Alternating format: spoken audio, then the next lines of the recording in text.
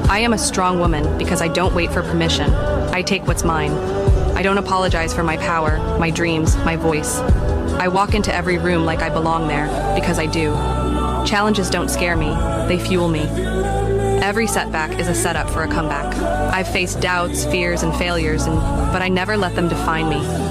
I choose to rise every single time, stronger, wiser, fiercer. Because strength isn't just about never falling, it's about rising every time you fall with even more fire. So if you're doubting yourself, hear me now. You have the power, you have the voice.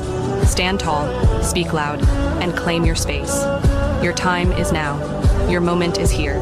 Be bold, be brave, be unapologetically you. Because a strong woman isn't born, she's made every day by her choices. And today, I choose me.